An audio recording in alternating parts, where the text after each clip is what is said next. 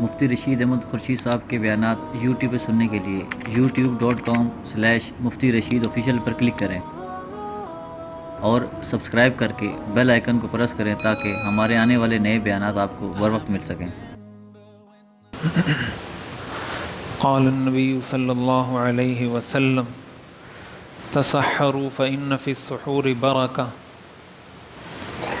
حضور نبی کریم سرور دو عالم صلی اللہ علیہ وسلم نے ارشاد فرمایا، سحری کیا کرو اس لیے کہ سحری میں برکت ہے۔ بخاری شریف کی روایت ہے، حضرت انس رضی اللہ تعالیٰ عنہ اس حدیث شریف کے راوی ہیں۔ اسلام نے ہمیں جہاں روزے کا حکم دیا ہے تو وہاں اس کے مسائل، اس کے فضائل، اس کا طریقہ کار، یہ سب کچھ اسلام نے بتایا ہے۔ سب سے پہلے تو روزے کا مطلب سمجھنا چاہیے۔ روزے کا مطلب ہوتا ہے کہ انسان صبح صادق سے لے کر غروب آفتاب تک کھانے پینے اور میاں بیوی کے آپس کے تعلقات، ان 3 کاموں سے رک جائے، اس کو روزہ کہا جاتا ہے۔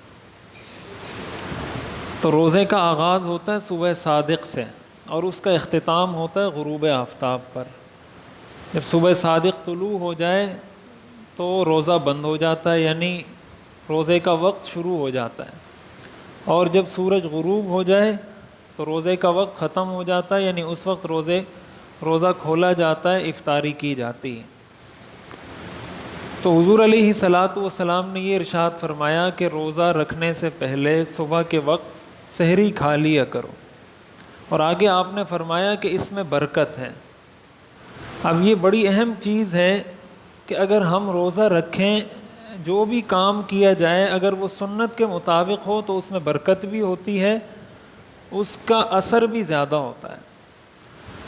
اب دیکھیں، سحری کھانے سے ایک تو انسان کو جسمانی طاقت ملتی ہے، اس کو انرجی ملتی ہے، اس کے لیے روزہ رکھنا آسان ہو جاتا ہے، اس کے جسم میں کچھ قوت طاقت آ جاتی ہے۔ یہ تو اس کا دنیاوی فائدہ ہے اور دنیاوی برکت ہے، لیکن اس کے ساتھ ساتھ اس میں ایک روحانیت بھی ہے سحری کھانے میں، اور اس روحانیت کو حضور علیہ الصلاۃ والسلام نے برکت سے تعبیر کیا ہے کہ اس سے انسان کے عمل میں پاور پیدا ہو جاتی ہے۔ صحیح مسلم کی روایت ہے، حضرت عمرو بن العاص رضی اللہ تعالیٰ عنہ کے غلام ہیں، وہ روایت کرتے ہیں کہ حضرت عمرو بن العاص ہمیں سحری کے وقت حکم دیا کرتے تھے کہ ہم ان کے لیے سحری تیار کریں۔ جب ہم ان کے لیے سحری تیار کر کے لے کے جاتے تھے تو تھوڑا سا کھا کر باقی واپس کر دیتے تھے اور کہتے تھے بس میں مزید نہیں کھاتا۔ تو وہ کہتے ہیں ہم ان سے پوچھتے تھے کہ آپ پہلے ہمیں حکم دیتے ہیں کہ سحری تیار کرو، جب ہم تیار کرتے ہیں تو آپ تھوڑا سا کھاتے ہیں، باقی آپ چھوڑ دیتے ہیں۔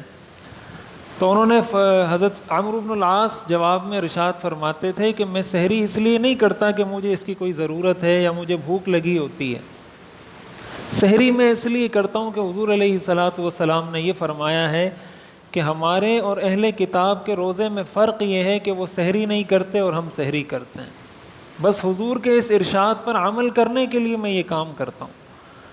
تو اس سے پتہ چلتا ہے صحابہ کرام کس طریقے سے حضور علیہ الصلاۃ والسلام کے ارشادات پر عمل کرتے تھے۔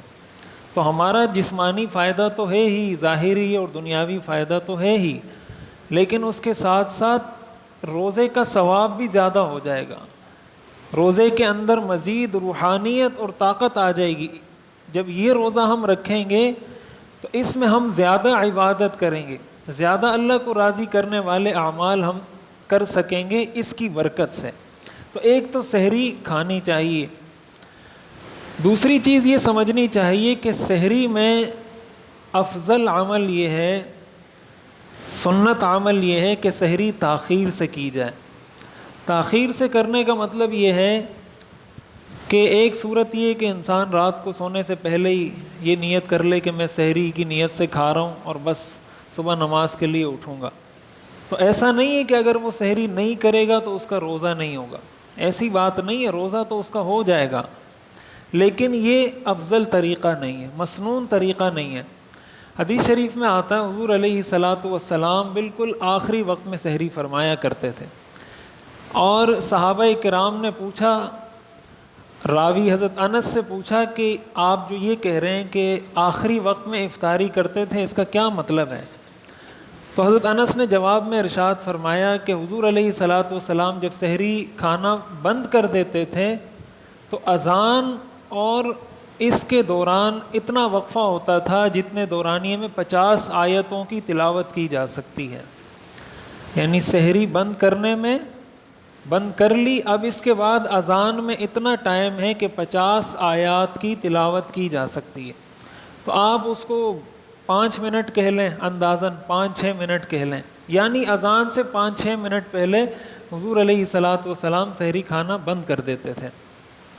اب ہمارے ہاں سحری میں تاخیر کا یہ مطلب سمجھا جاتا ہے کہ جب مؤذن کی اللہ اکبر ہم سنتے ہیں اس وقت ہم کھانا پینا چھوڑتے ہیں، اور بعض لوگ تو اس وقت بھی کھا رہے پی رہے ہوتے ہیں، کہتے ہیں ابھی جب اذان ختم ہوگی اس وقت تک کھا پی سکتے ہیں.